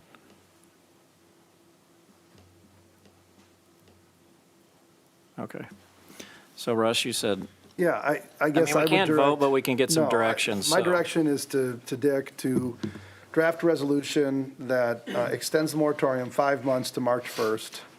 And I want to be explicit that this bathroom project that we just approved tonight, as well as the Cutler Ritma project that we approved tonight, are not a part of that. That's outside of that. But draft a resolution that brings the moratorium all the way through March 1st. At that point in time, if we're getting into February and we need to take a look at what the committee is still needing to do, we can have those conversations about potentially extending the moratorium further at that point in time. But I think that if we extend it 5 months to March 1st, and also we work with Clyde, I know in defense of Clyde and his department, Brad, I know they've been working really hard to put a number of items in place. Brad sent us a list of all the things that they've done already, and I appreciate all the hard work they're doing. We're going to ask you guys to work even harder, because I agree with the comments that have been made here. I think all of us do. You know, this moratorium is extremely important. It's extremely important to have the committee do their work and come up with the design standards of what they want Valley Junction to look like. We all want to make sure that we're saving the historic nature of Valley Junction, and we're all excited about the work of this committee. We just need the committee to get together more often and to do more work and to do it faster. It's not fair to have this moratorium. As Meredith said, there are people that don't want to bring their tweaks and whatnot through this committee for fear of having it ripped apart, and it's just a basic minor modification, and now they're jumping through hoops. I get it. So I think we extend it to March 1st. I think at the same time, I've heard about the tear downs. I didn't know there was a tear down option involved in this project that we approved tonight. I moved it forward to that committee. My recommendation was to go to the committee because there was no tear down. I would say we need to continue to have an option if there are, between now and March 1st, if there are projects that come forward that do not involve a tear down option, but are rehabs or remodels, things that we think fit into the historic nature of Valley Junction that the committee might approve. I think there needs to be an option to move those forward if it doesn't involve a tear down option during the time that we have the moratorium extended to March 1st. If the committee rejects that project, it's stalled out till the moratorium expires. It doesn't go, unlike P&Z, it doesn't go to council for approval. The committee has spoken because we've got the moratorium in place. I think that's only fair. It's a lot of power to give to a committee. Let me just go down the dais, because this is how we have to handle direction on non-agenda items. So, Matt, are you supportive of what Russ is suggesting? Yes, and I got a few comments I'd like to make. Sure. Okay, the first is, I know there's been a lot of work done on, a lot of folks spent a lot of time so far on the committee, and I recognize from what I'm hearing tonight, what I've heard over the last couple weeks, probably the last couple months, that we want more action, and I don't disagree with that. But I do want you to know that your feedback and your involvement in the committee is having an impact. And we're actively listening. I know my other colleagues are actively listening to what is happening. And we're certainly not blindly moving forward with projects. When I was at the Development and Planning Committee meeting a couple weeks ago, and this particular project tonight came before our committee, we specifically asked, what happened? What happened at the steering committee? And so, you know, my understanding actually in reading the packet for tonight is during the steering committee meeting, there was some commentary about how the project needed to be altered a little bit. And in fact, as a result of that commentary, the project was altered a bit. So what you're doing is having an impact. You know, I believe that we do need to be moving things forward a little bit more expeditiously. I heard, let's see, it was Karen, Nick, Nan, Nate, Sarah, Renee, talked about design standards down there. I think all of us are with you. I'm certainly with you. We need to have design standards down there.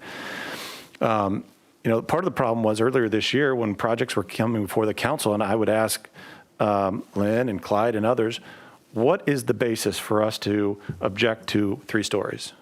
Well, you don't have a legal basis to object to that. Okay, what's our basis to vote against having steel on the side of the building? We don't have any design standards that prohibit that. That caused me concern. And so in listening to the community and in understanding the importance of having historic buildings and the look and the feel of Valley Junction, collectively the group said, let's hit pause and make sure we have those design standards. And that's what we're going through today. And frankly, I think we ought to be looking at the parking down there. I think we ought to be looking at the number of stories down there and the design. And those are all things that I feel are appropriate for the steering committee to look at. Now, I appreciate that some folks want to have this conversation over the next year or 2 years, or I don't know however long it is. But there's one thing that's clear is deadlines trigger action. November 1st today was our initial deadline, right? And what's it doing? It's triggering a lot of action. Look at the conversation that's happening tonight. You hear a lot of people talking about we need to act more expeditiously on the steering committee. And we're seeing that here. So I think a March 1st deadline is appropriate. It will prompt action. We'll see what happens. Hopefully, we can accelerate things. And if we find ourselves at a point on March 1st where we have the guidelines in place, there's no reason to extend it. If we get there March 1st and we don't have a thing done, I'll, A, be really upset, but B, we're going to have to figure out what we do because those design deadlines are important. So anyway, I'm supportive. I do want to make sure we have a release valve built into this moratorium as we do in our current moratorium in the event that there's a project that has broad support and that's good for the community. All right, Kevin. March 1st isn't long enough. I agree with what Dick Szynski put in his email to all of us on Friday, was that the moratorium needs to be extended until such time as the consultant and the committee makes its recommendations to the council. When will that be? We don't know. In Clyde's email to us today, he initially said it was going to be June 1st. Now, I don't disagree with Matt that, deadlines are good, but we had a deadline of November 1st and we've got nothing. Granted, we got a lot of talk, okay, and we're extending the deadline, but we've got nothing since this committee started meeting. And I agree with what the residents have said is that staff needs to take more of a backseat approach to this and quit driving the bus and let the committee drive that bus. I think there could be check-in times.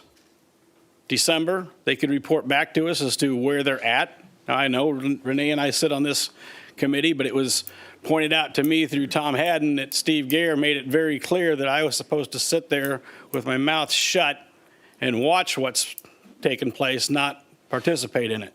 Okay. And any of you know that that's a hard thing for me to do, but I've done it, okay? So there can be check-ins. We then know what progress is being made.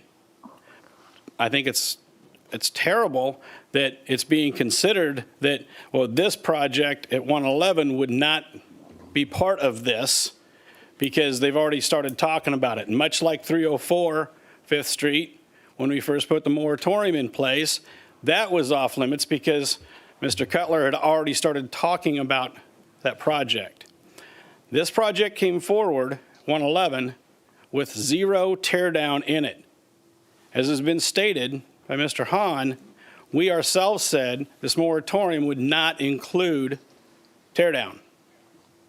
And yet at the committee meeting on September 29th, they said, oh, well, if you put the patio on the south, the building has to be torn down. So I don't think it's too late to take a step back and say, wait a minute, little bait and switch there. And this project, I think, should be included in that with no tear downs until the committee comes back with their recommendations. There's been no inventory of these buildings. Now, Steve Freevert points out that it's not, a National Registry of Historic Places building. And I was on that walking tour that took place. And I think there were a lot of, gray areas and misinformation out of that report that were presented and talked about on that walking tour.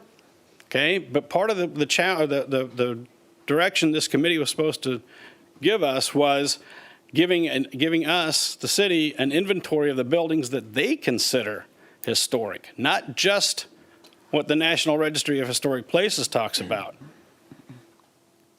So I think it needs to be extended until the committee makes its report, and I think 111 5th Street needs to be part of this.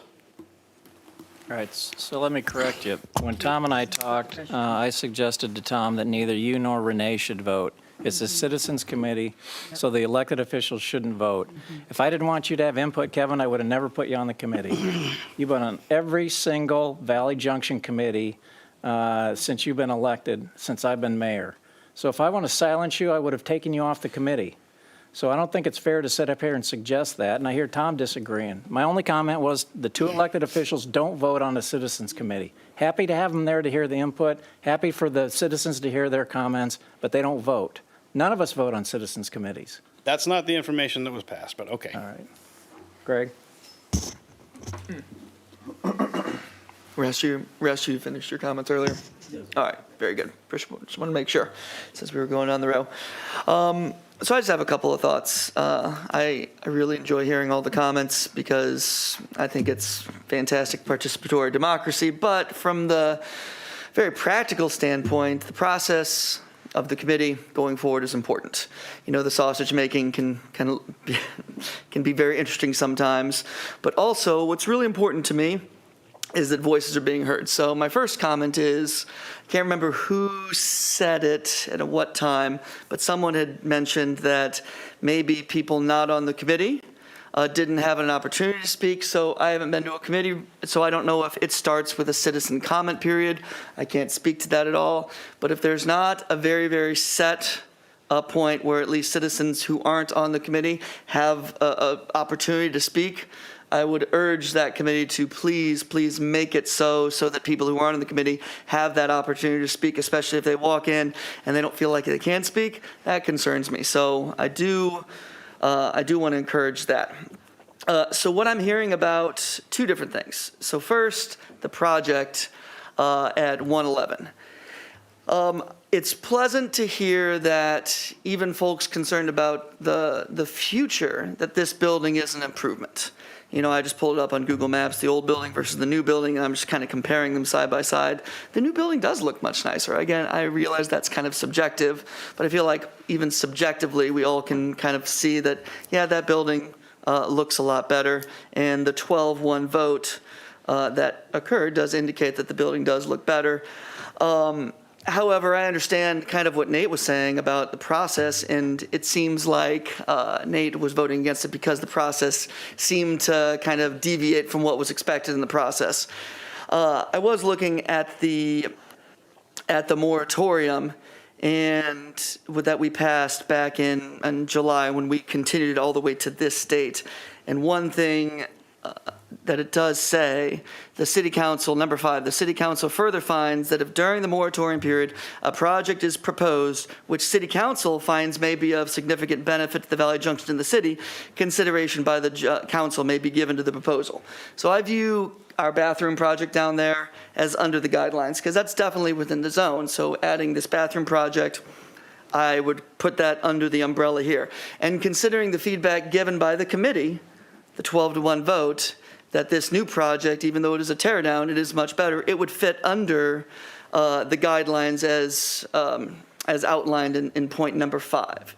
Now, what I will say very strongly, if that committee came back and voted 1 to 12, the complete opposite way, saying this is a nightmare, I am not voting for that. I would never, ever vote for that because the committee serves a purpose. And even though the committee hasn't finished setting up everything that they need to set up when it comes to procedures, when it comes to guidelines, if even right now the committee said this is a disaster, I'm not voting for that because that's the purpose of the committee, to help give guidance. And the fact that it came back 12-1 in favor gives me kind of confidence that this particular project is better. Now, it seems as though, from what I'm hearing, the concern isn't necessarily about this project, which, as we kind of all agreed earlier, looks better and is a good project. It's going to be great. The concern is what this will lead to.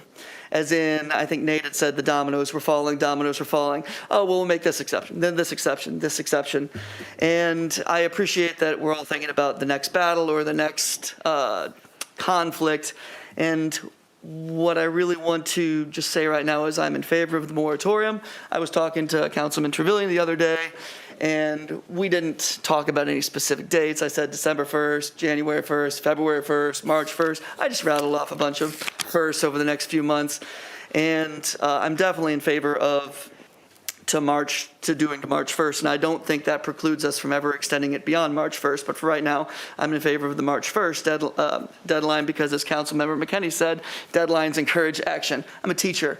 Deadlines definitely encourage action. Deadlines encourage action. I'll say it to my dying day, that deadlines encourage action. So given that, I definitely want the committee to speed things up, and I understand about how best to do that. That's not going to be my area of expertise by any means, on how to make this committee move faster.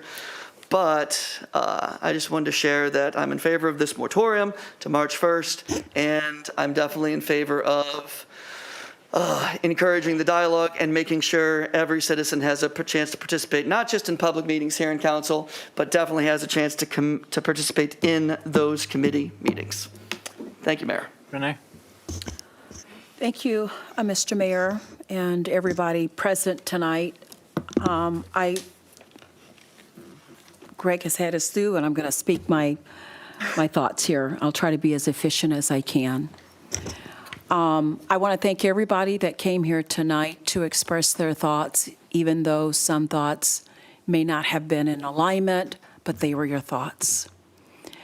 I was at that meeting that we had at the last meeting, and there were committee members there, some committee members not there, and there were citizens there that weren't a part of the committee. And I did ask my role, because I like to vote when I'm in meetings, but I was told that I wasn't a voting member and that I was to listen and engage where I felt I could be helpful. But what I did notice at this meeting was there was engagement of voices. There were people that spoke, whether they were on the committee or not, and everyone was asked to vote their thoughts and their opinions about whether they were going for this project as it was discussed, as it was outlined, as it was presented, and as it was shown. And I'm going to share my thoughts, ladies and gentlemen in the audience here, that we may not always agree. And I know that citizens go to their city council members that they want to weigh in on and talk through issues, and that's fine. But we all have equal vote here on what happens. But I want to say that during that meeting, Meredith's mother, by the way, I wish her speech would have been recorded, was the most impassionate, thoughtful speech I've heard almost in 3.5 years about where she started with being against kind of this growth and where she has evolved as an individual, but someone who is incredibly dedicated to the region and that area. Not that her speech was passionate because she was for maybe some growth, but how she evolved after processing and listening and trying to understand. And I'd like to just say, I am for extending the moratorium, but I am also about trying to make sure that we come to this process with open hearts and open minds. I started doing tick marks at all the jabs that were made about different people speaking and what people said, even a few on the dais here. That is not how we move forward for something that's good for this city. We need to put our jabs and our accusations and our comments about people and who they are aside as we talk through what's really in the best interest of this city and this region, even when we disagree. I have heard issues about parking. I really feel that that is true. We need to work on parking. That needs to be a part of the dialogue, and it needs to take some precedent. Design standards is one that we all talked about as it relates to this committee moving forward. And heights of buildings and what buildings look like on the outside, we got to get about the business of getting about the business. And it's dealing with those 3 buckets of things. And I believe that Clyde and Brad has gotten that message loud and clear. And I hope that we will start setting meetings every 2 weeks. So let's not complain when these meetings are set. I can't meet, I've got stuff going on, because whenever this moratorium is extended, we've got to continue to make progress. And I am all about making progress, and I'm all about being a part of a meeting where we listen to engage citizens. The gentleman that's in the jean jacket, and I'm sorry, I don't remember your name. I truly appreciate you speaking at the meeting, and I appreciate you saying that 2 individuals need to kind of come together and work together in order to make decisions. I'm not saying they need to leave city staff out, because I think we need city staff to be available and moving things forward as well. But coming together, even though they might have different views of what they want, is better for what this project is all about. And so I'm for us trying to come together. I'm for let's leave agendas aside and let's come together for what's good for the historic Valley Junction area. And that means, ladies and gentlemen, we're all not going to get what we want. We're all not going to get everything that we want. We might get a piece of this and a piece of that. And we've got to recognize that. It's not all or nothing. And I also want to say as I close, when I receive a vote to 12-1, I take people's votes seriously. And I believe when a person votes, I take it seriously. I take it as their word. And if I'm not to take it as their word, someone needs to help educate me on what a vote is. Because my mama always told me when I vote, it's voting the direction that I want something to be. And so let's vote our conscience. Let's make our votes be what we really feel. And let's go about the business of dealing with parking and design standards and heights of buildings. And let's leave all these barbs and stabs at people and all of this stuff aside, because that's not what moves us. And that's not where progress begins. So I'll conclude my comments by saying I am for a moratorium extension. But I'm also more important about the process of respect and let's coming together for the good of that region and recognizing we are all not going to get what we want. Thanks, Renee. I want to make sure March 1st is okay with you. March 1st for the first extension? I'm okay with that. Okay. Tom, anything else you want to add? Dick, do you have what you need? I guess four of the five council people are fine with March 1st as long as we have these Yes, sir. these opportunities for quality projects to still come through the process. The only clarification is Councilmember Trimble said that you would still bring a non-tear down to the. I was going to bring that up as well. So Greg read number 5, which is part of the resolution. I'm personally not in favor of bringing a tear down through the committee. Number 5 doesn't say that.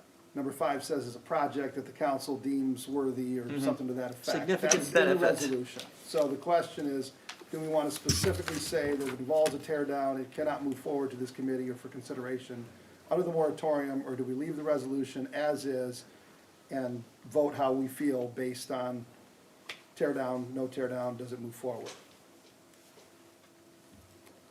Okay. Well, yeah, I don't think there's any projects in the queue. And if you extend this to March 1st, highly unlikely that you're going to get a project that's going to tear down a building before March 1st that's already in the queue. That's not to say that you can't leave the language the way that it is, and always have the conversation. I'm fine with it. I'm just not going to be supportive Okay. of moving something Okay. forward to this committee that involves a tear down. Okay. So I guess we want to leave 5 the same, Dick, and just extend it to March 1st. You know, my only other comment is I agree with Ralph. It seems to me that this committee and our staff could come up with general guidelines by the end of the year. We all, I think, know what we want. I mean, we've spent hundreds of thousands of dollars studying this area over the last 20 years. We have studied parking, we have studied aesthetics, we have studied housing, we have studied renovation to housing. We have spent $250,000 on a study down there. I mean, it's not like these are the first times we've looked at these issues. My frustration is we feel like we got it solved, and 5 years later, everybody wants to blow it apart again. So it's hard to get any momentum and any consistency, because all of a sudden, a few years later, we get a group of people that are unhappy, so now they want to change the whole thing. So I said all along, we're happy to take a look at it again, but I don't want people to have the impression that these issues have gone unstudied for decades. They have not. And was stated, 23 years, I can't think of any major issue down there that we've had even close to unanimous support. Whether it's Phoenix School, whether it's buying out businesses to convert them to residential, changing the comp plan, you know, whatever it might be, there is always a huge divide. So at some point, the people that get elected have to make the decisions. That's what elections are about. But they're all asking for a lot of input. So, you know, I agree with Ralph. I think the group and the staff can come up with some general guidelines. We've seen what economic development wants to be down there. My biggest concern is you get consultants from outside our community that come in and say, this worked in Charleston, this worked in Austin, this worked in Boise. Well, that's not here. We know what our history is. We know what people want. If you want development, you have to let development occur on what people want, because otherwise no one's going to rent it or buy it or use it. So I would encourage the committee and our staff to come up with some general guidelines before the end of the year and push these consultants along to try to get their work done based on this timeline. And again, we don't have to start over. We can build on what we've already done in the past. I remember meeting with Valley Junction people back when General Growth wanted to have Jordan Creek Town Center built, and we were going to, historically, we spent 50% of the CIP budget in the older parts of town and 50% on new. We went to the Valley Junction people and met with, and we think that mall is going to bring in a lot of people who are going to want to come to Valley Junction because they've come to town. That mall averages 20 to 24 million people a year. And you know, because we all do it in communities, you go somewhere in a major community and you want to find other cool areas to go to. And we have invested, I can't remember the number, but it's got to be close to $100 million in the Valley Junction area between flood protection, new roads, new sewers, new water lines, paving of alleys, repaving of streets. We have spent lots and lots of money down there because we're all passionate about it. But to Renee's point, we're all not to agree, but let's not stop progress. Let's not tell these developers, we're not interested in anything, we're all confused, we don't know what the rules are. You ought to go somewhere else and spend your money. Because once you lose the momentum, it's very hard to get it back. So I guess with that, Dick, then you can revise the resolution. I think Brad and Clyde, we're going to look to you to accelerate the work of this committee and maybe give us an update. You know, it seems to me by the end of November, we'd like to have an update more on what's happening, when it's going to happen. I mean, the fact that nobody met in the entire month of October is concerning. So to Renee's point, if people want to take this seriously, let's get some meetings. Let's get some meetings. And if people can't show up, then don't come in and complain that you couldn't participate. Because everybody's busy, but if this is a priority, people make exceptions to make sure their priorities are met. So let's get a bunch of these meetings on here, Clyde. Let's do some work with your committee on what we think we want down there based on what we've seen. And let's accelerate the rest of this. It's frustrating for everybody, and it's not going to get any easier the longer this goes. So let's rip the Band-Aid off and revisit this and get going. Because a lot of this is just freshening up stuff we've already looked at over the last 20 years. And I'm not sure a lot of it's changed. But if everyone wants to take a fresh look at it, let's do it. But let's not drag it out for years. Okay. Anything else, Dick, you need from us? Okay, so I need to formally adjourn the council meeting and we can reconvene in a workshop. And the first item on the workshop is the Des Moines Area Regional Transit Authority update. Can we take a 2-minute break? Okay, yeah. So let's reconvene, yeah. Take a 5-minute break.